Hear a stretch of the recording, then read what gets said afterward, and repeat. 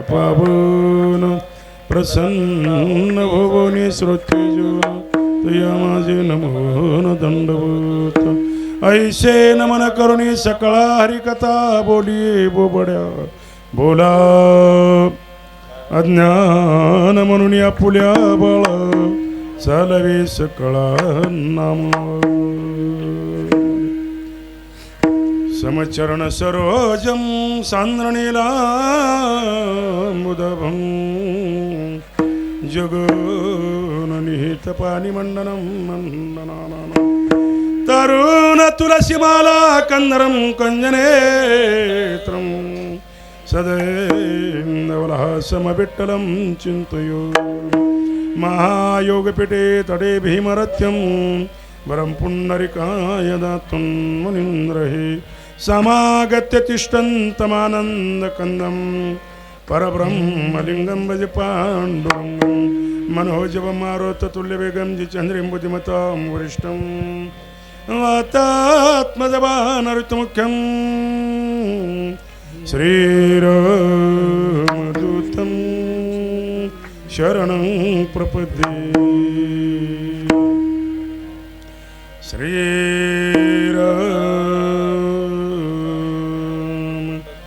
दूतं शरणं प्रपद्ये श्रीराम दूतं शरणं प्रपद्ये पाहती गवळणी तवती पालती दुधानी मनती नंदाची आपुरी अजी चोरी केली खरे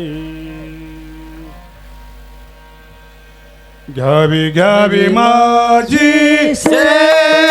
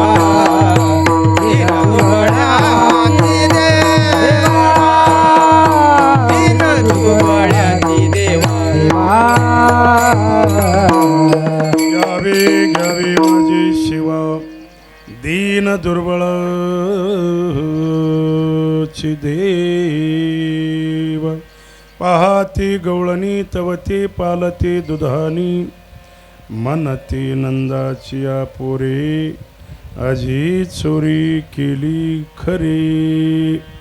प्रस्तुत प्राप्त प्रसंगी कीर्तनरूपी सेवेसाठी निवडलेली गवळण जगदवंदनीय जगद्गुरु संत सम्राट महाराष्ट्र भूषण देवनिवासी तुकोबाराय यांची चार चरणाची आणि भगवान परमात्म्यानं गोकुळामध्ये ज्या खोड्या केल्या त्या खोड्याची जी प्रतिक्रिया उमटली या प्रतिक्रियेचं यथार्थ चिंतन करणारी विठ्ठला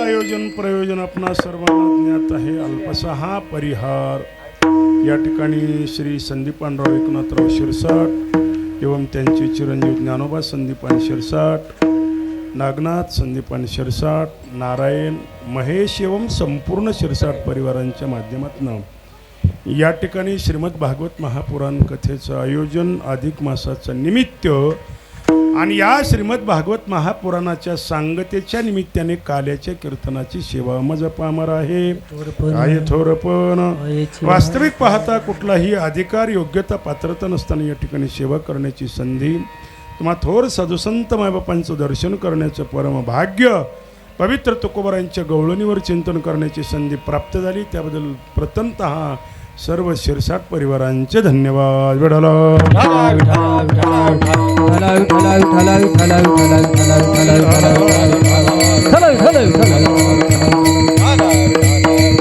वारकरी संप्रदायाच्या नियमानुसार एखादा कार्यक्रम सुरू झाला तर त्या कार्यक्रमाची सांगता काल्याच्या कीर्तनानं व्हावी असा वारकरी संप्रदायामध्ये दंडक आहे, नियम आहे. तद्वत त्या न्यायाप्रमाणे या ठिकाणी काल्याच्या कीर्तनाने या कार्यक्रमाची सांगत आहे आणि या काल्याच्या प्रसंगासाठी गवळण तुकोबारायांची आहे. भगवंतानं गोकुळामध्ये जे खोड्या केल्या या खोड्याचं यथार्थ वर्णन तुकोबारा या गवळणीच्या द्वारा प्रतिपादन करतात. पहा ती गवळणीने काय पाहिलं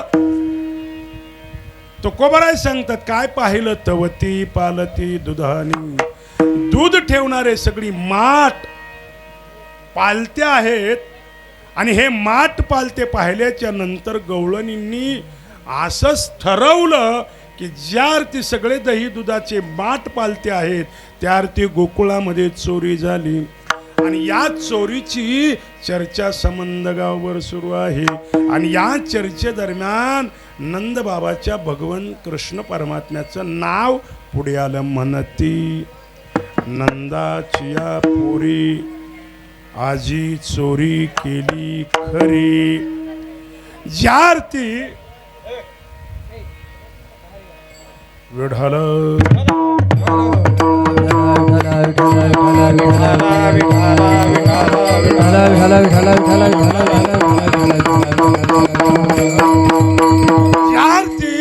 भगवंतानं चोरी केली त्या अर्थी एका गवळणीने विचारलं, बाई तू कृष्णाचं नाव का घेते? त्यावेळेस ती म्हणते, अहो कृष्णाचं नाव घेण्याचं एक कारण आहे. ताकाचा ढेरा फोडला, दह्या दुधाने चाटून पुसून खाऊन पालते घातले. या जगामध्ये सार आणि आसार काय आहे हे ज्याला माहिती आहे त्याचं नाव कृष्ण आहे. म्हणून या विन हे नाशी नव्हे दुसरिया आईशी, म्हणती नंदाची पोरे आजी चोरी केली खरे. आणि मग गवळणी म्हणू लागल्या, हा कृष्ण खूप छान होता हो, पण ह्या कृष्णाला चोऱ्या करायची सवय या गोकुळातल्या गोपाळामुळे किंवा तुकोबारायामुळे लागली असं गवळणींचं शेवटी मत आहे. सवे तुकया मेला त्याने आगुना आलेला. हा जो परमात्मा निर्गुण रूपातला होता सगुण रूपामध्ये आणण्याचं काम या तुकोबारायांनी केलं आणि अशा भगवंतानं गोकुळामध्ये खोड्या केल्या. या खोड्याचं यथार्थ वर्णन या गवळणीच्या द्वारा तुकोबाराय प्रतिपादन करतात.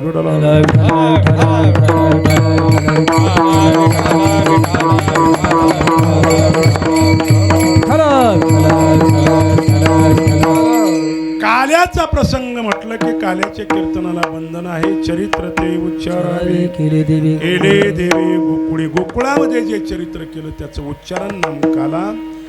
काल्याच्या कीर्तनाला मर्यादा आहे, काल्याच्या कीर्तनाला बंधन आहे. काल्याच्या कीर्तनामध्ये दुसरी काहीही चर्चा करायची नाही. भगवान परमात्म्यानं गोकुळामध्ये ज्या खोड्या केल्या त्या खोड्याचं यथार्थ वर्णन म्हणजेच काला. भगवान परमात्मा मथुरेमध्ये प्रगट झाला. नंदबाबांच्या राजवाड्यामध्ये वसुदेवांनी देवाला आणून ठेवलेला आहे. इकडे वसुदेव बाबांनी ज्यावेळेस भगवंताला गोकुळामध्ये आणून ठेवलं त्या वेळेस भगवंताचा मोठ्या आनंदामध्ये जन्मोत्सव नंदबाबांनी साजरा संपन्न केला आणि मग भगवंताला मारण्यासाठी पहिल्या सुरू पुतना नावाची राक्षसीन आली. भगवंताला मारण्याचा तिने प्रयत्न केला पण ती स्वतः प्राणाला मुकली. याच्यानंतर महाबळ नावाचा दैत्यही देवाला मारण्यासाठी आलेला आहे आणि या महाबळ नावाच्या दैत्याची भगवंतानं ठरवलं विटंबना करायची पण त्याला जीवदान द्यायचं, मारायचं नाही. कारण भगवान परमात्म्यानं या मृत्यू लोकामध्ये जन्माला येत असताना काही वचन दिलेलं आहे. रक्षील ब्राह्मण गायी भक्त भगवान परमात्मा जन्माला येत असताना सांगितलं गाईचं रक्षण करील आणि ब्राह्मणाला सांभाळेल. म्हणून या महाबळ नावाच्या दैत्यानं ब्राह्मणाचं वेषांतर केलं आणि तो महाराज नंद यशोदेच्या राजवाड्यामध्ये लेकराचं भविष्य पाहण्यासाठी आलेला आहे. आणि मग तो भविष्य पाहण्यासाठी आल्याच्या नंतर तो पाटावर बसलेला आहे. महाराज यशोदा मैया समोर बसलेल्या आहेत आणि समोर बसलेले असताना देवबाप्पा पंचांग बघू लागले. आता यशोदा पंचांग देवबाप्पा बघत असताना यशोदा कुठे बघत असतील? देवबाप्पाच्या तोंडाकडे बघतात. देवबाप्पा आता काय सांगतील, देवबाप्पा आता काय बोलतील. आणि मग महाराज देवबाप्पा नकारात्मक मान हलवू लागले. यशोदा घाबरू लागल्या. पत्रिकेमध्ये काही कमी अधिकपणा असेल का? आणि मग यशोदेने विचारलं, देवबाप्पा बराच वेळ झालं तुम्ही सगळी पानं चालताय, नेमकं माझ्या लेकराच्या पत्रिकेमध्ये काय आहे हे तरी कृपा करून सांगा. त्यावेळेस महाबळ नावाचा दैत्य यशोदेला सांगू लागला, यशोदे खरं सांगू का खोटं? अगं तुझ्या लेकराच्या पत्रिकेमध्ये तुझा लेकरू मूळ नक्षत्रावर जन्मलेला आहे असं या पत्रिकेमध्ये सांगितलेलं आहे. आणि मग यशोदेनं सांगितलं याला काही उपाय. त्यावेळेस ते महाराज ब्राह्मण बुवा यशोदेला त्या भगवंताला मूळ नक्षत्रावरून जन्माला याच्यासाठी सुटण्यासाठी एक विधी सांगतात. तो विधी ऐका. सांगितलं, यशोदे जर तुझ्या मुलाच्या संकटातून तुम्हाला जर वाचायचं असेल तर याला एकच विधी आहे. त्या विधीचं तुला सविस्तर वर्णन सांगतो ऐक.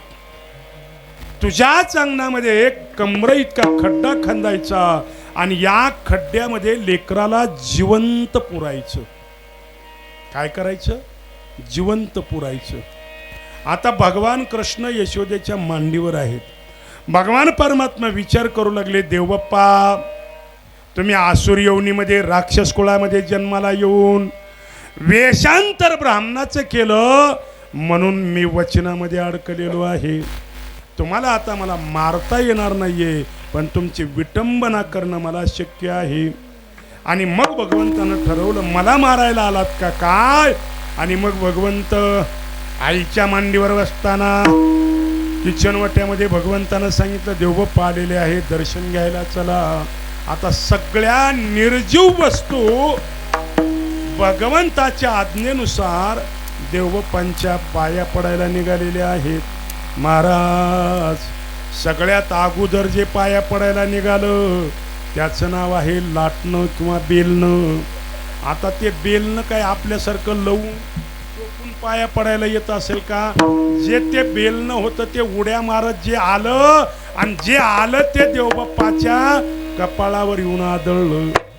महाराज ते काय हळू लागलं असेल का?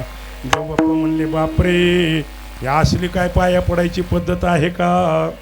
ते दणकून आदळल्या बरोबर महाराज त्याच्या मागे पोळीपाट वरवटा विठबिला भट विठबिला भट विठबिला भट विठबिला भट विठबिला भट विठबिला भट विठबिला भट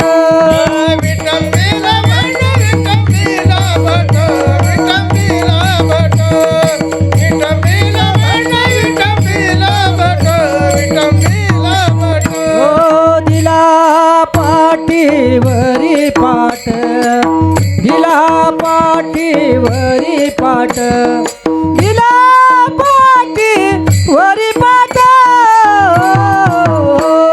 विठबिला भट विठबिला भट विठबिला भट विठबिला भट विठबिला भट विठबिला भट विठबिला भट विठबिला भट विठबिला भट विठबिला भट विठबिला भट विठबिला भट विटंबिला बोट दिला पाठीवरी पाठ. भगवान परमात्म्यानं सगळ्या निर्जीव वस्तूला सांगितलं, ऐका देवबाप्पाला आपल्याला जीवदान द्यायचं आहे पण त्याची विटंबना झाली पाहिजे. महाराज नामदेवराय वर्णन करतात, देवबाप्पाची अशी विटंबना केली. विटंबीला बोट दिला पाठीवरी पाट, पंचांग फाटले. महाराज एवढी बिकट अवस्था केली, कसं तरी स्वतःचा प्राण वाचून जानवे तुटले पंचंग फाटले, जानवे तुटले पंचंग फाटले. जानवे तुटले पंचक फाटले, जानवे तुटले पंचक फाटले. जानवे तुटले पंचंग फाटले, मकर तुटले तुटले. जानवे तुटले पंचक फाटले, धोतर झाले गुंगलाचे. जानवे तुटले पंचंग फाटले, हरी बोल. तुटले पंचंग फाटले. जानवे तुटले पंचक फाटले, जानवे तुटले पंचक फाटले, फाटले फाटले. जानवे तुटले पंचांग फाटले. महाराज अशा प्रकारे विटंबना केली. कसं तरी तो तिथून वाचून पळाला. पुढे इकडे भगवान परमात्मा गोकुळामध्ये लहानाचा मोठा होऊ लागला. आणि मोठा होत असताना यशोदा मैया आपल्या कृष्णाकडे कौतुकानं पाहू लागलेल्या आहेत. ऐका, गोड ऐका. जेवढं तुम्ही लहानपणी करताना तेवढं मोठेपणी करावंच लागतं, म्हणजे म्हातारपणी करावं लागतं. पण लहानपणी केलं त्याचं कौतुक आहे आणि म्हातारपणी केलं त्याचा तिरस्कार आहे. म्हातारही सरकतं, लेकरूही सरकतं, लेकरूही शिशू जागेवर करतं आणि म्हातारपणामध्ये ही तीच अवस्था असते बरं का. पण म्हातारपणाचं जे आहे ते तिरस्कार आहे आणि लहानपणी ज्याचं आहे त्याचं कौतुक आहे. यशोदा आपल्या लेकराकडे कौतुकानं बघायच्या. भगवान परमात्मा हळूहळू जमिनीवर सरकू लागलेला आहे आणि मग जगाचा मालक या पृथ्वीवर पालथा पडला आणि पालथा पडल्याच्या नंतर पोटानं पुढे सरकू लागला. पोटानं सरकत असताना महाराज भगवान परमात्म्यानं आपला पंजा या पृथ्वीला लावलेला आहे आणि पंजा भगवंतानं पृथ्वीला लावल्याबरोबर भगवान परमात्मा गुडघ्यावर आलेला. तळवे तळहात तळहात टेकिता, तळवे तळहात तळहात टेकिता. डाव्या गुडघ्याने गुडघ्याने रांगत, गुडघ्याने गुडघ्याने रांगत. या हात तळवे गीता, तळवे तळहात तळवे गीता. डाव्या गुडघ्याने गुडघ्याने नांदतो, गुडघ्याने गुडघ्याने नांदतो. रंगने रंगनात तो म्या देखी लागे सये. देवांचा सुती बैसागी आल्या कृष्णाची मागे. येणे नवसी रांगे उल चिलवा काशी. तळवे तळहात तळहात टेकित, तळवे तळहात तळहात टेकित. डाव्या गुडघ्याने गुडघ्याने रांगत, डाव्या गुडघ्याने गुडघ्याने रांगत. तळवे तळहात तळहात टेकित, तळहात टेकित. डाव्या गुडघ्याने गुडघ्याने रांगतो, डाव्या गुडघ्याने गुडघ्याने रांगतो. तळवे तळहात टेकीत, डाव्या गुडघ्याने रांगत. भगवान परमात्मा रांगू लागलेला आहे आणि रांगत असताना यशोदा मैया आनंदानं पाहू लागलेल्या आहेत. रांगत रंगणी सोरीत लोणी. आणि भगवान परमात्मा यशोदा मैयाला पाहून इकडं तिकडं यशोदेचं लक्ष गेलं की महाराज लोणी चोरून खाऊ लागलेला आहे. यशोदा मैया कौतुकानं ते भगवंत लोणी खात असताना पाहत होत्या.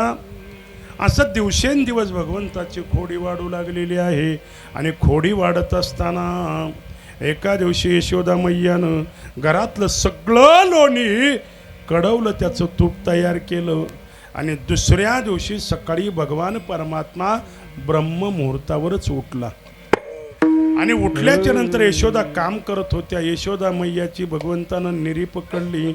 मैया, मला भूक लागलेली आहे, लोणी खायचं आहे. आता यशोदा मैया विचार करू लागले, आज लोणी घरात नाही आणि देव लोणी खाण्यासाठी हट्ट धरतो. कृष्णा, मी पटकन काम करते, आंघोळ करते आणि तुला लवकर ताजं लोणी काढून देते. मैया, मला आत्ताच लोणी पाहिजे. म्हणून भगवान हट्ट करू लागलेला आहे. यशोदा मैया बरा काम उरकत आहेत, पण भगवंतानं निरी पकडली. यशोदेला हलू देना गेला. मैया मला आत्ताच लोणी हवं आहे, मला आत्ताच लोणी हवं आहे. यशोदा मैयानं सगळी कामं बाजूला टाकली आणि भगवंताला ताजं लोणी काढून द्यावं म्हणून महाराज यशोदा ज्या ठिकाणी दह्याचा डेरा ठेवलेला आहे तो डेरा घेऊन जिथं घुसळण करायचं त्या ठिकाणी आलेली आहे. आणि महाराज पूर्वीच्या काळी ते भले मोठमोठाले डेरे असायचे. आता इथं कुणी कुणी आजी तुम्ही ते दही केले का असं घुसळून केलंय ना? अजून बीपी नाही, शुगर नाही, कशाची गोळी. हां, जिनं मिक्सरवर फिरविलं तिला बीपी आली, शुगर आली. मांडी घालून बसायचं नाही, साखर खायची नाही, गादीवर बसायचं नाही. मग करायचं काय? पहा, पूर्वीच्या काळी भला मोठा माठ असायचा. एका खांबाच्या खाली गल केलेली असायची. त्या खांबामध्ये 2 दोर असायचे आणि भल्या मोठ्या डोक्याची रवी असायची. आणि महाराज तो माठ त्या खड्ड्यामध्ये ठेवायचा. 2 दोरीतून ती रवी अशी मध्ये सोडायची आणि तो मोठ्या बुंद्याची रवी त्या माठात सोडायची आणि एक पाय माग आणि एक पाय पुढं करून पदर खवायचा आणि रवीचे असे 2 दोर पकडायचे. आणि मग महाराज ते असं घुसळायचं ना. पूर्वीच्या काळी असं ते घुसळून काय करायचं लोणी काढायचं. आणि मग यशोदा मैया घुसळू लागल्या. लोण्याच्या डेऱ्यात हात घातला पण लोणी काही येत नाही. आणि जर लोणी येत नसेल तर मग काय करावं लागतं? त्याच्यामध्ये काय टाकावं लागतं? उनवणी, शिळवणी, पाणी घालावं लागतं बरं का. विठाला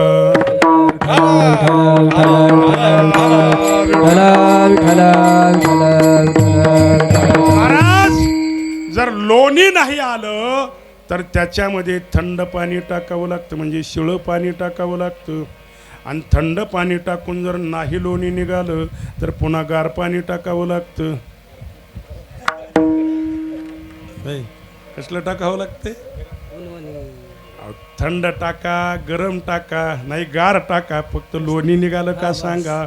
यशोदा मैया पाणी आणायला गेल्या आणि शिळं पाणी आणून महाराज त्याच्यात टाकलं. तोपर्यंत भगवान परमात्मा नजरेच्या आड झाला. यशोदा म्हणली बरं झालं, सकाळपासून लय रडत होता, कुठेतरी नादी लागला असेल, कुठेतरी खेळायला गेला असेल. आणि यशोदेनं महाराज थंड पाणी टाकलं. पुन्हा रवी घुसळायला प्रारंभ केला. पुन्हा रवीने महाराज थांबवली, हात डेऱ्यामध्ये घातला तरी लोणी निघना गेलं. यशोदा विचार करू लागली, आज नेमकं लोणी चाललं कुठं? पुन्हा यशोदेनं गरम पाणी टाकून घुसळलं तरी लोणी काही निघना. म्हणून यशोदेनं थोडंसं माठामध्ये बुडापर्यंत हात घातला आणि हात घातल्याबरोबर लोण्याचा गोळा आता वरी लागाय पाहिजे का खाली लागाय पाहिजे? वरी लागाय पाहिजे, पण गोळा खाली लागू लागला. यशोदा म्हणू लागली हां आणि हां, गोळा आज खाली कसा काय गेला? आणि यशोदेनं महाराज त्या गोळ्याला असं चापू लागल्या, पण ते गोळा आज वेगळाच दिसत होता. गोळा समजून यशोदेनं तो पकडला, पण ते नीट हातामध्ये निष्ठू लागला. म्हणजे आज एवढा गोळा जडतर कसा काय वाटू लागला. म्हणून महाराज रवी बाजूला काढून गोळा काढण्यासाठी बघितलं तर महाराज भगवान कृष्ण माठात बसलेला आहे. कृष्णा, अरे तुला काही कळतं का? म्हणला मैया काय झालं? अरे कृष्णा, मी घुसळत असताना जर तुझ्या डोक्याला रवी लागली असती तर. कृष्ण मनातल्या मनात म्हणत होता, मैया मी ज्यावेळेस माठामध्ये उतरलो ना त्यावेळेस रवी फिरत असताना रवी लटलट कापत होती. याला जर आपला धक्का लागला तर. अरे कृष्णा, असं वेड्यासारखं करू नको ना, तुला लोणीच खायचं होतं ना. अरे तुझ्यासाठीच काढू लागले होते ना. मैया तू टेन्शन घेऊ नको. हां, आणि मग दिवसेंदिवस घरामध्ये भगवान परमात्मा एवढ्या खोड्या करू लागला, एवढ्या खोड्या करू लागला, यशोदा खरंच वैतागून गेली. यशोदा रडकुंडीला येऊ लागली. आणि मग प्रत्येक गल्लीतल्या येणाऱ्या बाईकडे एकच घरानं काय सांगावं, लेकरू ऐकना गेलो, लेकरू ऐकना गेलो, लेकरू ऐकना गेलो. आणि मग गल्लीतली एक आजी माय आली, जरा ती अनुभवी होती. तिला सांगितलं, माय लेकरू काय ऐकच ना गेलो, लई खोड्या करायला लागलं. तिनं म्हणली, अगं कुठल्या तरी देवाचं चुकलं असेल, कुणा तरी ते नवस राहिला असेल, काहीतरी मग कुणाला तरी बघायला यावं म्हणून. ते म्हणले, माय गल्लीत माझ्या तर ओळखीची कुणी बघणारी नाही. तिनं म्हणली, माझ्या ओळखीची आहे ना, आणू का तिला बोलून. आणि मग तिनं बोलून आणलं. आणि मग तिनं त्या भगवंताच्या खोड्या कशामुळे होतात याचं गणित सांगितलं. यशोदे, मला वाटतंय तुझ्या भगवंताच्या खोड्या गणपतीचा कोप झाल्यामुळं वाढल्या. तिनं म्हणली, मग काय. म्हणले, गणपती बाप्पाला नवस कर, हाराभर मोदक व्हायचं त्याला वचन दे, बघ तुझ्या लेकराला गुण आल्याशिवाय राहणार नाही. यशोदा म्हणली, आत्ताच लगेच. लगेच यशोदा उठल्या, देवपाटाच्या समोर आल्या, उदबत्ती लावली, गणपतीला उदबत्ती ओवाळली आणि गणपतीला प्रार्थना केली. भगवंता गणपती बाप्पा, वक्रतुंड महाकाय सूर्यकोटी समप्रभ निर्विघ्नं कुर्म देवी.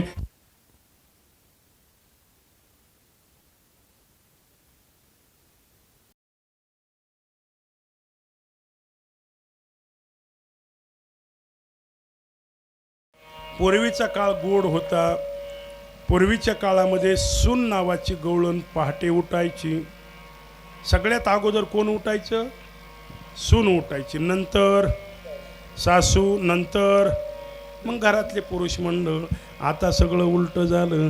हां, आहे ज्याचं त्याचं नशीब आहे, प्रारब्ध आहे. चला, सून नावाची गवळण सकाळी ब्रह्ममुहूर्तावर 4 वाजता उठली. आणि महाराज तिनं सगळं पारसं काम केलं. आणि सगळं पारसं काम केल्याच्या नंतर स्नान केलं. आणि आता दही घुसळायचंय म्हणून जिथं दह्याचा माठ ठेवला त्या खोलीमध्ये आली. तिनं दरवाजा उघडून मध्ये पाहिलं, ताकाचा डेरा फोडलेला आहे, सगळे खापरच खापरं आहेत. दही दूध तूप लोण्याचा डेरा चाटून पुसून खाऊन पालता घातलेला आहे. आणि मग महाराज त्या सून नावाच्या गवळणीनं मोठ्यानं हंबरडा फोडला. आत्याबाई घरात चोर शिरला, घरात चोर शिरला, आत्याबाई घरात चोर शिरला, हवा घरात चोर शिरला, सासूबाई घरात चोर शिरला, घरात चोर शिरला, आत्याबाई घरात चोर शिरला, आत्याबाई घरात चोर शिरला.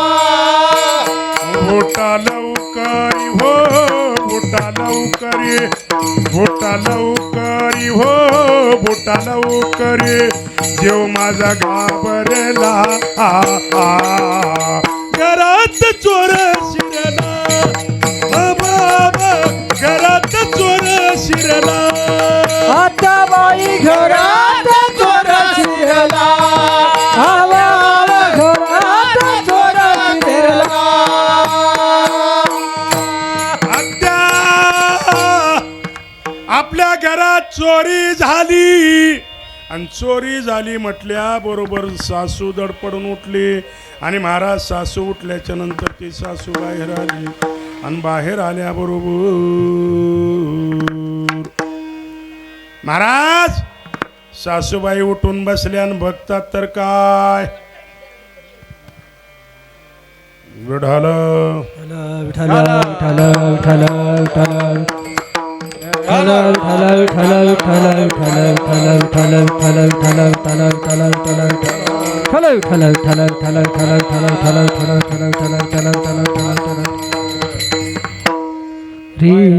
हे माईक पडलं इकडलं आली. वायर पडायला तिकडे. थोडी सरक. वायर पूर्ण गेले अलीकड. आत्याबाई घरात चोर शिरला, उठा लवकरी हो, उठा लवकरी, उठा लवकरी हो, उठा लवकरी, जीव माझा घाबरला. घरात चोर शिरला. काम झाले पटकन, नेजले मी चटकन. महाराज ते गवळण काय म्हणू लागली, रात्री लवकर झोपली. लवकर झोपायचे कारण काम लवकर झालं, आणि सकाळी सकाळी सुनबाई ओरडली, घरात चोर शिरला. सासू महाराज आली. आता सुन एकपट आवाज दिला. सासूबाई मोठमोठ्यानं छाती बडू बडू रडू लागल्या, आणि मग रडण्याचा आवाज ऐकून गल्लीतल्या बाया जमा झाल्या. सगळ्या बायांनी पाहिलं काय झालं. चोरी झाली, चोरी झाली, चोरी झाली, चोरी झाली. आणि महिला मंडळांना एखादी घटना जर घडली तर दिवसभर त्याची चर्चा गावात चालू असते बरं का.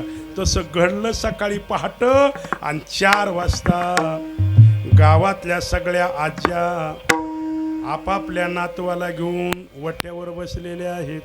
इथं जेवढ्या आजी आहेत ना तेवढ्यांना एकच विनंती आहे, जर नाताला शेजाऱ्याच्या घरी घेऊन गेला तर तुम्हाला वाटतंय लेकरू खेळायले म्हणून सुनचं घरानं शेजारणीकड करू नका. कारण लेकरू खेळतं एकीकड पण लक्ष सगळं आजीकड. फक्त सुनचं नावच निघावं ते लगेच पळतंय घरी येतंय, मम्मी आजी तुला असं म्हणत होती बघ. आजीनं खूप सावध असायचं. लेकर खेळत येतं बरं का, पण लेकरायचं सगळं लक्ष कुठं असतंय, आजी काय म्हणायली तिकडं असतं. सावध. तसं रात्रीच्या संघटनेतले जेवढे लेकरं चोरी करायला होते तेवढे लेकरं या आज्यासोबत आले होते.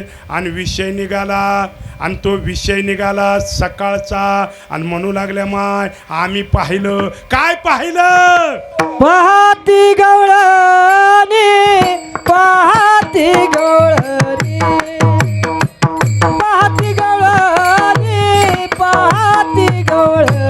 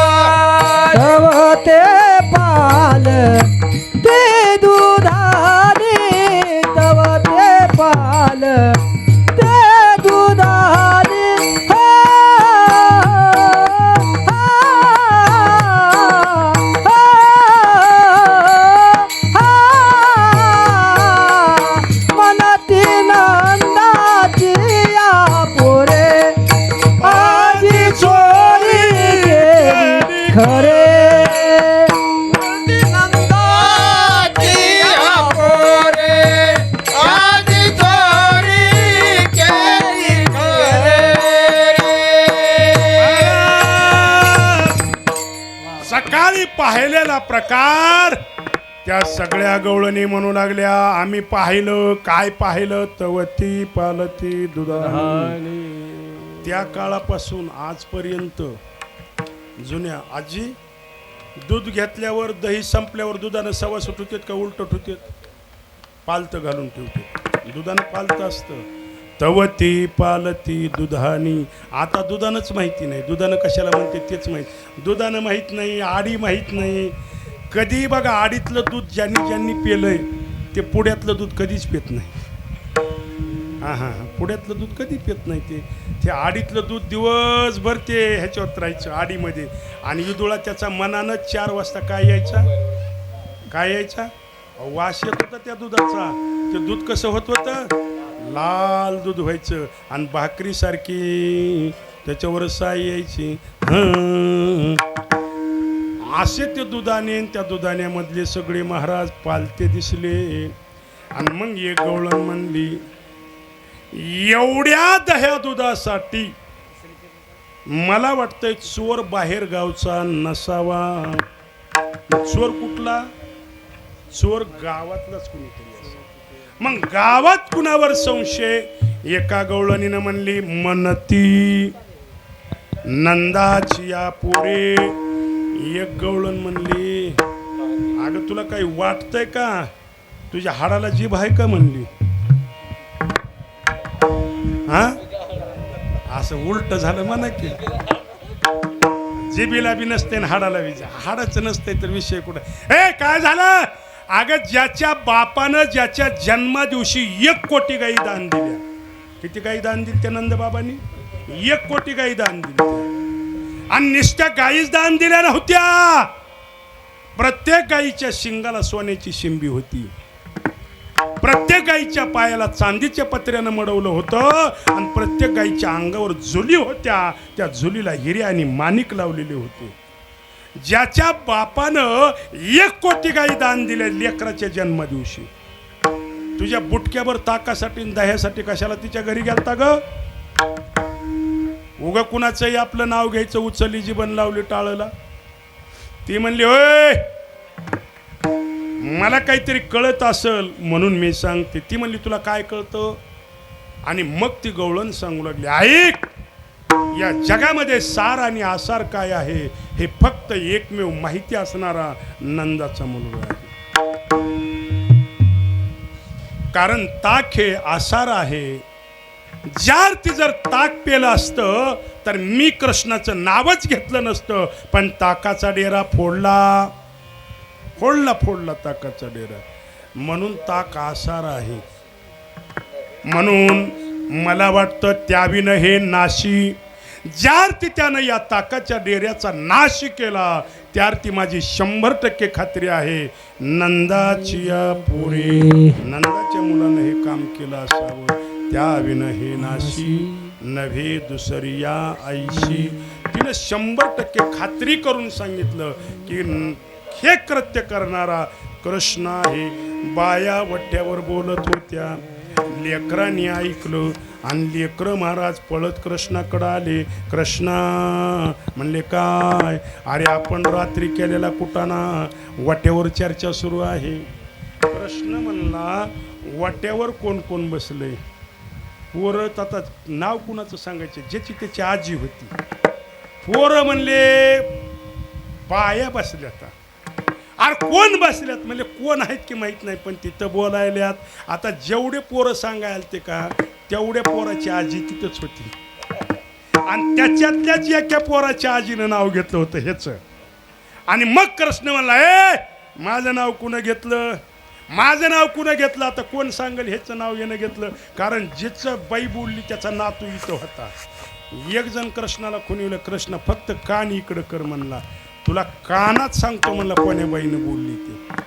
आणि मग कृष्णानं कान केला आणि कृष्ण म्हणला, त्याच्याकडं लक्षात येऊ देऊ नको बघ, त्याची आजी होती. म्हणला तिचं नाव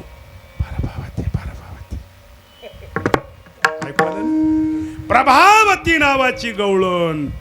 आणि कृष्णानं सांगितलं, पेंद्या प्रभावती नावाच्या गवळणीचा घर नंबर, गल्ली नंबर, सगळी माहिती काढून आणा. संध्याकाळी आपल्याला तिच्या घरी चोरी करायची.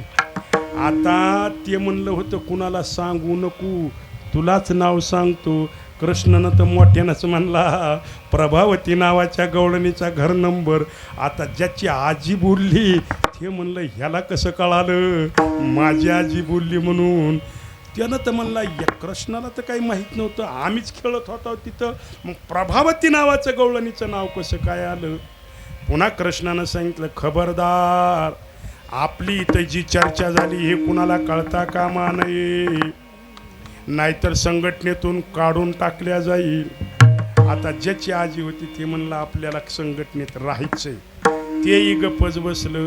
आणि कृष्णानं 6 वाजता तातडीची मीटिंग बोलवली. ऐका, आज गाव सावध आहे आणि गाव सावध असल्यामुळे आपल्यालाही थोडंसं सावधपणा सांभाळायला पाहिजे. कारण एखादी घटना घडली की गल्ली काय असते, सावध असते. आणि मग म्हणले आज लोक सावध राहतील म्हणून आपल्यालाही सावध राहायचं. आता ती प्रभावती नावाची गवळण वट्यावर बसून कृष्णाचं नाव घेत होती, पण घरी एकांतामध्ये आल्याच्या नंतर विचारात पडली, देवा वट्यावर बसून नाव कृष्णाचं घेतलंय आणि खरंच कृष्ण संध्याकाळी माझ्याच घरी आला तर. तिला भीती वाटू लागली. म्हणून तिनं नवऱ्याला सांगितलं, मालक आज शेतावर झोपाय जायचं नाहीये आणि मामाला सुद्धा शेतातून घरी झोपाय बोलवा. ते म्हणले कशाला, रात्री फलानीच्या चोरी झाली, यदा कदाचित मला भीती वाटते आपल्याकडे एखादी चोर येतील, म्हणून तुम्ही सुद्धा काय करा, तुमच्या वडिलांना घरी घेऊन झोपायला या. पोरानं बापाला सांगितलं, बाबा आज तिनं तुम्हाला घरी झोपाय बोलविलंय. म्हातारं म्हणलं दिवाळीमध्येच कुठून आली, कारण त्या म्हाताऱ्याला फक्त दिवाळीचं पहिलं पाणीच घरी होतं, नाही तर 12 महिने कुठं. अरे आज बाळा घरी म्हणले रात्री गावात चोरी झाली म्हणून आयात मंडळीनं घरी बोलवलं. म्हातारं घरी आलं. तिनं म्हणली बघू म्हणली आज कसा कृष्ण येतोय ते. थोरल्या दारात म्हातारा, मधल्या दारात नवरा आणि दहीदूध ठेवलंय तिथं हिनं बसली. कृष्णानं 11:45 मुलं जमा केली आणि महाराज कृष्ण म्हणला आज मेन रोडनं जायचं नाही, बायपास. मुलं म्हणले कृष्णा अरे बायपासनं मागून रस्ता नाही आणि मागून गेलं तर तिच्या घराला खिडकी नाही, दरवाजा नाही, मग आपण प्रवेश कसा करायचा. कृष्ण म्हणला चला. कृष्णानं त्या गवळणीच्या घराच्या मागं नेलं. भगवंतानं डोळे बंद करायला लावले आणि मुलं सगळी घरामध्ये आली. सगळ्या मुलांना भगवंतानं सांगितलं हळूहळू चाला, कोणी कोणाशी न बोला, आजी देतो पोटभरी, पुरे म्हणाल तो वरी. तुम्हाला पुरे मनेपर्यंत खाऊ घालतो, पण आज बोलायचं नाही, कारण फिल्डिंग सुरक्षा व्यवस्था तगडा बंदोबस्त आहे. थोरल्या दारात सासरा, मधल्या दारात नवरा आणि जिथं दही दूध ठेवलंय तिथं ती बाई बसलेली आहे, झोपली नाही, बसली या. मग तुम्ही म्हणाल महाराज ती बाई बसली होती तर पोरं मध्ये येऊन दही दूध खाताना ही काय करत होती, हरिपाठ म्हणत होती. आणि म्हणजे एवढी कशी हरिपाठात गुंग झाली. आता भजन करताना माणसाला कळत नसतं कोण आलं कोण गेलं, बरोबर आहे ना. आपलंही देवपूजा असतात, देवपूजा करत असताना आपलं तरी लक्ष असतंय का. आपण एकाग्र चित्तानं देवपूजा करत असतो, पण बरोबर गॅसवर दुधाचं पातेलं तिकडं लक्ष. हरिमुखे म्हणा, हरिमुखे म्हणा, पुण्याची गणना कोण काय. बाहेर कुणीतरी आलंय या म्हणावं मध्ये देवाची हे द्वारी. पुन्हा वापस सुरू झाला हरिपाठ. पुन्हा देवाची हे द्वारी, उभा क्षण भरी. बर गुरुजी तुम्ही आलात का, बरोबर, ए चहा करा. आता कुठवर आलता की अभंग. पुन्हा देवाची हे द्वारी, उभा क्षण भरी, देणे मुक्तीचारी, साधी आल्या. तोपर्यंत बायकोनं चहा आणला की डायरेक्टच घालीन लोटांगण, वंदिन चरणन, डोळ्यानं पाहिन. कुणाचं डोळ्यानं पाहिन. अवघड आहे, अवघड आहे. महाराज ती हरिपाठामध्ये एवढी मग्न झाली होती. भिंतीला पाठ दिलेली आहे, हातामध्ये काठी घेतलेली आहे आणि सुंदर असे पाय लांबवलेले आहेत आणि सुंदर देवाचं भजन करत आहे.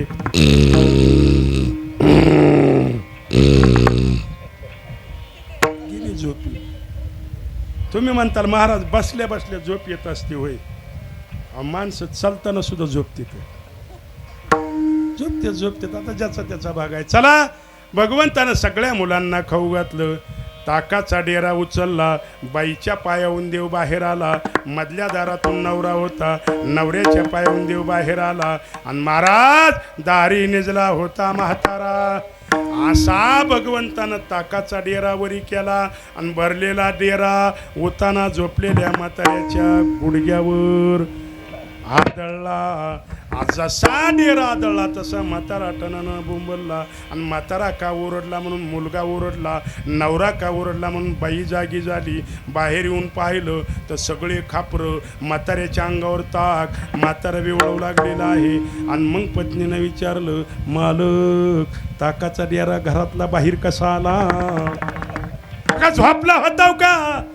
त्यानं म्हणला थोबाड फोडील. ताकाच्या डेऱ्यापाशी तू होतीस, मधल्या दारापाशी मी होतो, आणि मधला डेरा बाहेर कसा आला मला काय माहिती. इकडे महाराज सगळी मुलं घरी गेली होती, पण पेंद्यानं अर्धवट विश्वास ठेवला म्हणून पेंद्या सवण्यात अडकला होता. भगवंतानं पेंद्याला असं त्या घरातल्या नवरा बायकोकडून मार दिला आणि भगवान परमात्मा गच्चीवर माळवदावर आला आणि पेंद्याला सांगितलं, पेंद्या आता कसं वाटतं? पेंद्या म्हणला, कृष्णा किती लबाड आहे श्री, सगळे मुलं घरी गेले पण मी एकटा सवण्यामध्ये अडकलो. कृष्ण म्हणला, अर्धा डोळा उघडा ठेवला म्हणून देवावर पूर्ण विश्वास ठेवा, अन्यथा इधर ना उधर आणि बीच में आदर. म्हणले आदर पेंद्याची विटंबना केली. भगवान परमात्म्याच्या खोड्या वाढू लागल्या आणि एक एक खोड्याचं गारानं नंदबाबाच्या राजवाड्यामध्ये येऊ लागलं. भगवान परमात्मा 8 वर्षाचा झाला आणि मग नंदबाबांनी सांगितलं, कृष्णा गावामध्ये तुझ्या खोड्या भरपूर वाढलेल्या आहेत, म्हणून आता तू काय करायचं, उद्याच्याला गाई घ्यायच्या आणि उद्या तू काय करायचं, गाई घेऊन यारे तुम्ही गाई घेऊन सारे गोपाळ रानात या. यारे तुम्ही गाई घेऊन सारे गोपाळ रानात या. अरे तुम्ही गाई घेऊन सारे गोपाळात या. अरे तुम्ही गाई घेऊन सारे गोपाळात या. चला उद्या आपल्याला गाई घेऊन रानामध्ये जायचं आहे. सगळी संघटना भगवंतानं गावात जी जमवली होती त्या सगळ्यांना सांगितलं, उद्या आपल्याला गाई घेऊन रानात जायचं आहे. आणि मग भगवान परमात्मा गाई घेऊन रानामध्ये निघाला. गाई गोपाळ, गाई गोपाळ, गाई गोपाळ संगडी वना. गाई गोपाळ संगडी वना. आणि मग भगवान परमात्मा गाई घेऊन रानामध्ये आला. गाई चरू लागलेल्या आहेत, मुलं खेळ खेळू लागलेले आहेत आणि मुलं एवढी खेळामध्ये रममान झाली आणि नाना प्रकारचे खेळ मुलं खेळू लागलेले आहेत. आता ते खेळ कोणते आहेत ऐका. पुटुतू, आमामा, लगोऱ्या, चेंडूपळी. हा बघा ती बघा पोरा खेळ त्रिगुण मांडू. हा बघा ती बघा पोरा खेळ त्रिगुण मांडू. बकती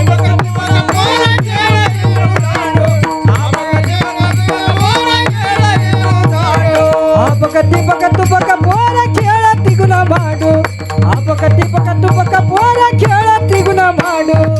बकती बकती बका पोरा खेळ इटू दाडो. बकती बकती बका पोरा खेळ इटू दाडो. रे खेळ त्रिगुण मांडू आता भिऊ नको गाडू. खेळ त्रिगुण मांडू आता भिऊ नको गाडू. भिऊ नको गाडू. आभ तिभ तुब. बकती बका पोरा खेळ त्रिगुण मांडू. बकती बका पोरा खेळ त्रिगुण मांडू. बकती बकती बका पोरा खेळ इटू दाडो. बकती बकती बका पोरा खेळ इटू दाडो. भवरा ग पोरी भवरा. खेळ भवरा ग बाई भवरा. भवरा ग बाई भवरा. या राधे के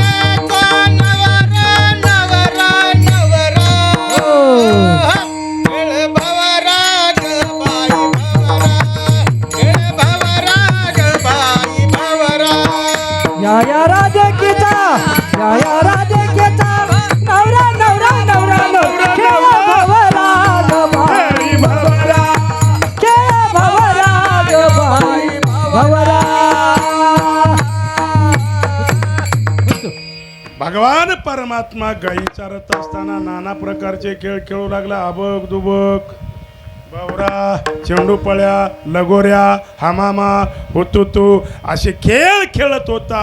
आणि खेळ खेळता खेळता भगवान परमात्मा सुंदर अशी कधीतरी बासरी वाजवायचा. त्या बासरीचा नाद गोकुळामध्ये ऐकू यायचा. आणि मग एक एक गवळण भगवंताला पाहण्यासाठी वृंदावनामध्ये यायची. वृंदावनामध्ये आल्याच्या नंतर तुकोबारायांनी गवळणींना विचारलं, येण्याचं कारण तेने वेदियले मन. भगवान परमात्म्यानं आमचं मन काय केलेलं आहे, वेधून घेतलेलं आहे. आणि याच भगवंताला पाहण्यासाठी आम्ही वृंदावनामध्ये येत आहेत. हा एवढा सुंदर आणि भगवान परमात्मा गोकुळामध्ये राहत असताना नंदबाबांनी त्याला फक्त आणि फक्त एका खोडीसाठी वृंदावनामध्ये पाठवलं. ती खोडी जर कोणती असेल तर ती होती चोरीची. आणि ही चोरीची सवयी भगवंताला लावायला कारणीभूत जर कोण असतील तर ते तुकोबाराय. म्हणून तुकोबाराय गवळणीच्या शेवटी सांगतात, सवे तुकया मेला, सवे तुकया मेला,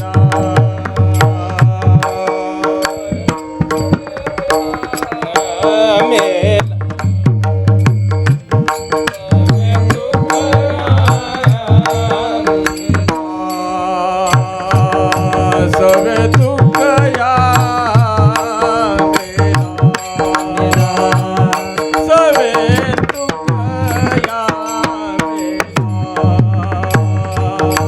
सवे तुकया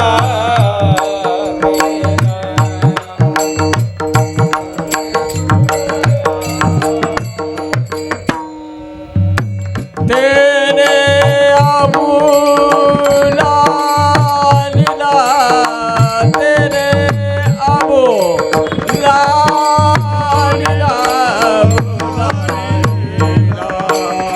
मनती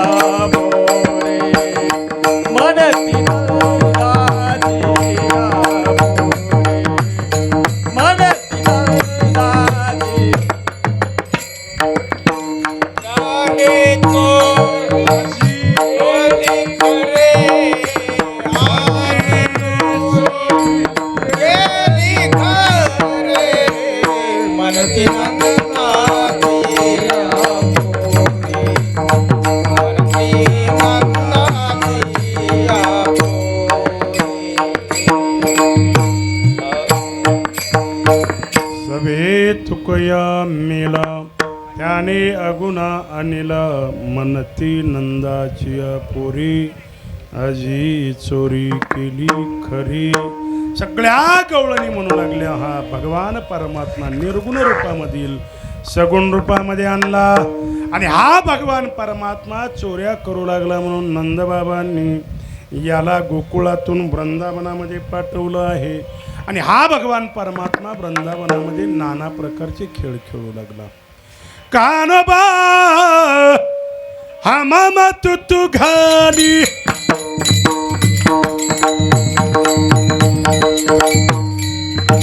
कानोबा आमामा तुतू घाली हे कानोबा आमामा तुतू घाली हे कानोबा आमामा तुतू घाली कानोबा आमामा तुतू घाली कानोबा आमामा तुतू घाली अरे कानोबा आमामा तुतू घाली अरे कानोबा आमामा तुतू घाली उत्तुत्तुत्तु उत्तुत्तुत्तु उत्तुत्तुत्तु उत्तुत्तुत्तुत्तुत्तु कानोबा आमामा तुतू घाली कानोबा आमामा तुतू घाली हे हुतू तुतू हुतू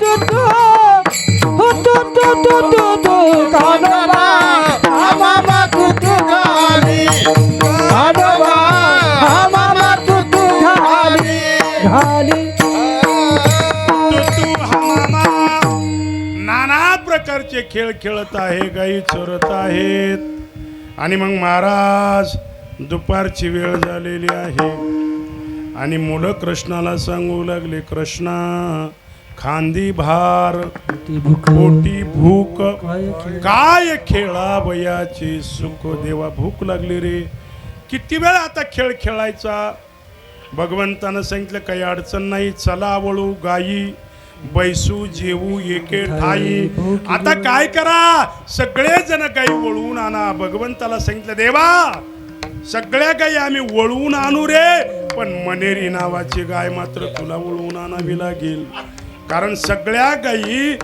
वळवणं सोपं आहे पण मनेरी नावाची गाय ओढाळ आहे म्हणून मन ओढाय ओढाय उभ्या पिकातल ढोर किती हाकाला हाकाला फिर येत पिकावर गो म्हणजे इंद्रिय इंद्रियाला देवाकडे लावण्यासाठी इंद्रिय स्थिर करावे लागतात पण सगळी इंद्रिय थांबतील पण मन मात्र इथं आता खरं सांगा बरं तुम्ही एवढे कीर्तनाला आहेत दिसायला का असायला हा बोला ना आपण इथं खरं सांगा दिसायला का असायला एवढा उशीर झालाय अदोगर तर किती वाजता सोडतेत की आपलं मन स्थिर आहे का मन कुठं तरी फिरून येते कुणाला कुठं जायचं असेल काहीतरी अडचणी असतील मन स्थिर नाही म्हणून देवा सगळ्या गायी आम्ही वळवून आणू रे पण मनेरी नावाची गाय तेव्हा तुम्हाला वळवावी लागेल भगवंतानं सांगितलं काही अडचण नाही मनेरी नावाची गाय मी उळवतो सगळ्या मुलांनी गायी एकत्र केल्या गायी सावलीला झाडाखाली बसलेल्या आहेत आणि मग भगवंतानं सांगितलं ऐका सगळ्यांच्या शिदोऱ्या काढा शिवरंजनी वाजवा शिवरंजनी हे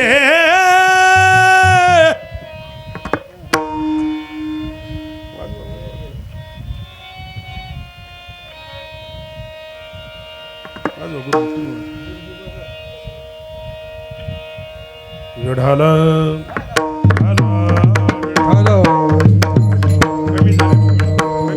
विठला विठला विठला विठला विठला विठला विठला विठला विठला हा त्याला लाव बरोबर भगवंतानं सांगितलं ऐका गोड गोड ऐका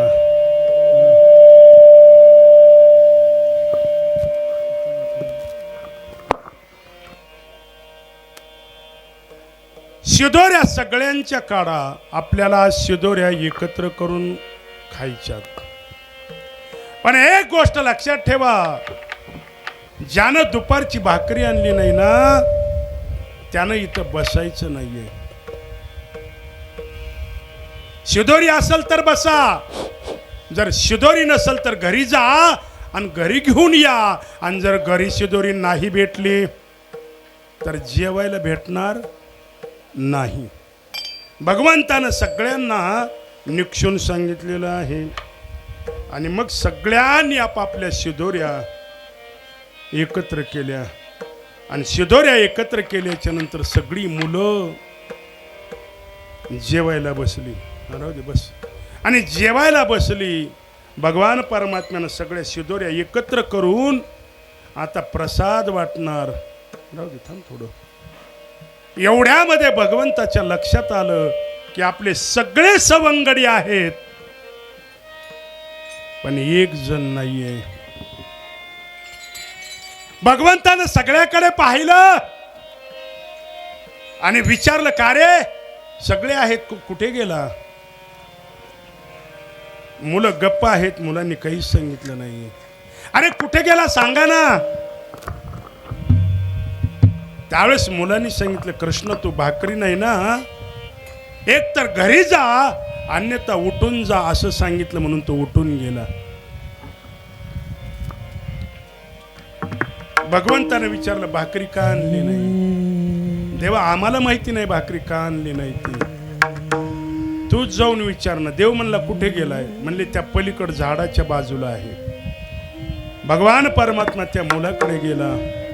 मुलाकडे गेल्याच्या नंतर तो मुलगा झाडाच्या बुंद्याला पाठ देऊन गुडघे वर करून त्या गुडघ्यावर डोके ठेवून रडत होता.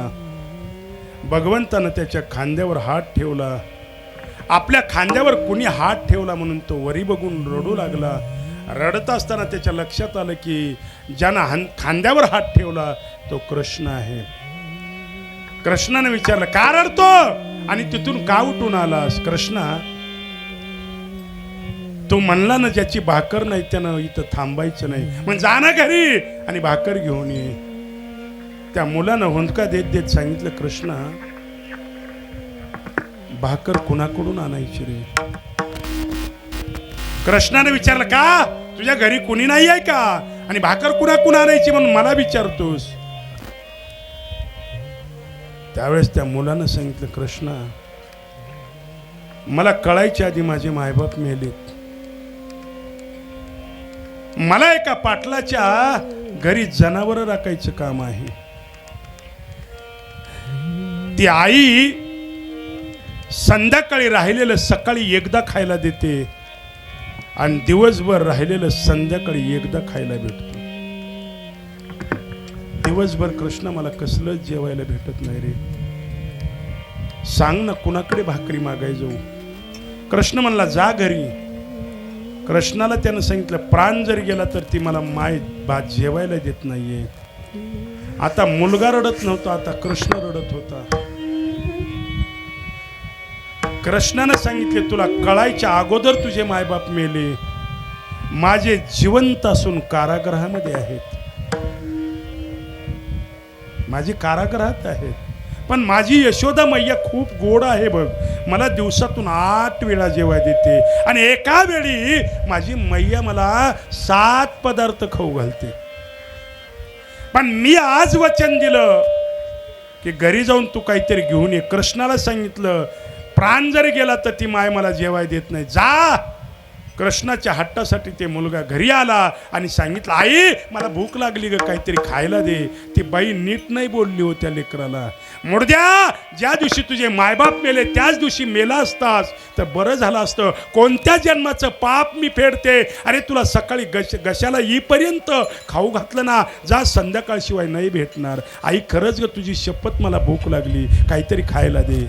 पुन्हा पुन्हा ती आई रागावत होती. मुलगा हट्ट करत होता. शेवटी आईनं सांगितलं स्वयंपाक झाला नाहीये पण ताक आहे ताक भेटल. ते म्हणला ताक तरी दे. म्हणून त्या आईनं त्याला गाडगं भरून ताक दिलं.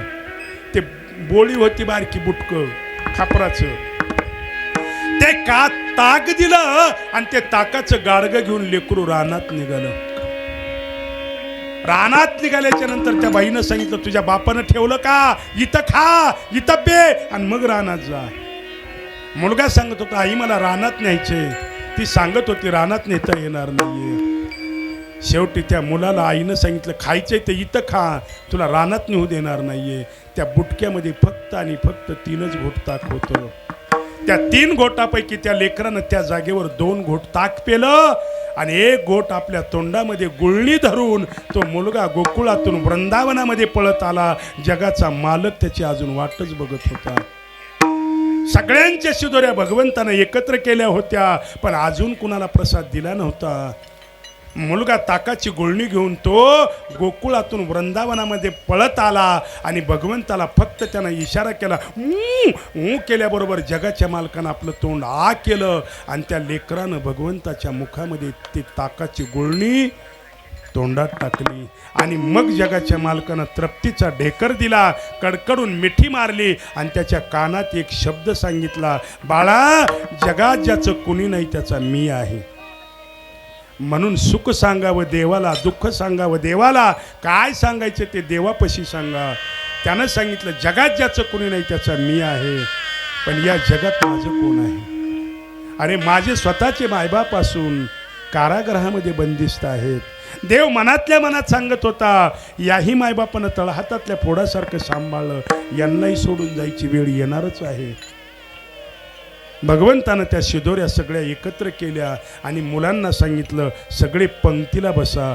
मुलं पंक्तीला बसले. अमरावतीमध्ये गोंधळ उडाला आणि सगळ्या देवांनी ठरवलं, भगवान परमात्मा काला करणार आहे, आपल्याला काल्याचा प्रसाद घेण्यासाठी जायचे. आजी ओसा अमरावती, काला पहावया येते. अमरावतीवरून सगळी लोक देवमंडळी काला खाण्यासाठी तिथं आलेली आहेत. भगवंतानं सगळ्यांना पंक्तीमधून उठवलं. काला खाण्याचा अधिकार तुम्हाला नाहीये, उठा. भगवंतानं हाताला धरून देवानं उठवलं, पण देवाने ठरवलं, आम्ही काला आज खाणार. काल्याची या आशे देव जळी झाले मासे. भगवंतानं सांगितलं, जेवा, पण जेवल्यावर हात धुवायला यमुनेच्या डोहाकडे जायचं नाही. आणि मग कृष्णा, अरे हात कुठं धुवायचे? कृष्ण म्हणला, हां. म्हणून लेकरं जेवण झालं की आपले हात, हां. आणि मग भगवंतानं सगळ्यांना तो काल्याचा प्रसाद वाटला बरं का. तोच काल्याचा प्रसाद आपल्याला या ठिकाणी श्रवण करायला भेटला, भक्षण करायला ही प्रसाद भेटणार आहे. अशा प्रकारे 7 दिवस श्रीमद भागवत महापुराण, 7 दिवसाच्या नंतर आज काल्याचा प्रसंग आणि या काल्याच्या प्रसंगाच्या निमित्तानं ही काल्याची कीर्तनाची सेवा मज पामर आहे काय थोरपण संपूर्ण शिरसाट परिवार यांच्या माध्यमातून हा सत्संगाचा कार्यक्रम मोठ्या आनंदानं संपन्न साजरा झाला. आणि या ठिकाणी हा काल्याचा प्रसंग आहे. सुंदर एक चाल होईल, काल्याचा अभंग होईल आणि अभंगाच्या नंतर दहीहंडी फोडली जाईल. सर्वांसाठी महाप्रसादाची व्यवस्था ही आहे. सगळ्यांनी एकदा भजन करा. विठोबार कुमाये जय कुमार कुमाये, कुमार कुमार कुमार कुमार कुमार कुमार कुमार कुमार कुमार. सगळ्यांनी हाताशी वरी करा. सगळ्यांनी सरळ, कानाला लागू ना, कानाला लागू. सगळ्यांनी मध्ये आहेत त्यांनी करा. सगळ्यांनी करा, काही अडचण नाही. सगळ्यांनी सरळ सरळ म्हणतो असं सूर्यफुलासारखे नाही, सरळ. आणि पहिली पंगत होईपर्यंत अशी वरीच राहू द्या, खाली घेऊ नका. ज्ञानेश्वर माऊली ज्ञानराज माऊली तुकाराम, टाळी टाळी टाळी. माऊली ज्ञानेश्वर माऊली ज्ञानराज माऊली तुकाराम, माऊली माऊली माऊली माऊली माऊली माऊली माऊली माऊली माऊली ज्ञानेश्वर माऊली ज्ञानेश्वर माऊली ज्ञानराज माऊली ज्ञानेश्वर माऊली तुकाराम तुकाराम.